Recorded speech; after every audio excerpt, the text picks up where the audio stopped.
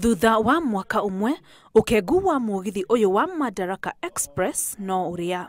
Wananchi wa kawaida awe anaweza apande hii reli kutoka Mombasa kwenda Nairobi na asilipishwe zaidi ya shilingi 700. Mugithi ina niyo ikuaga athii o muthenya gatagati ka Nairobi na Mombasa.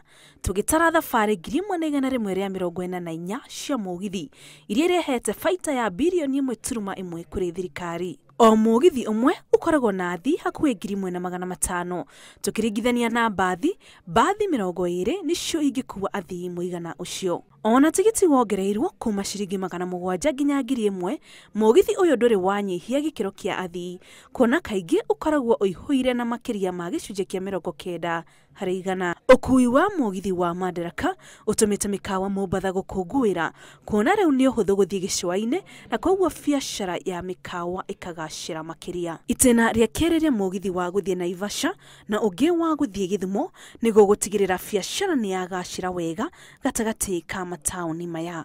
There are plans to do the Magongo Road. That is the main exit road from the terminus into Changamwe.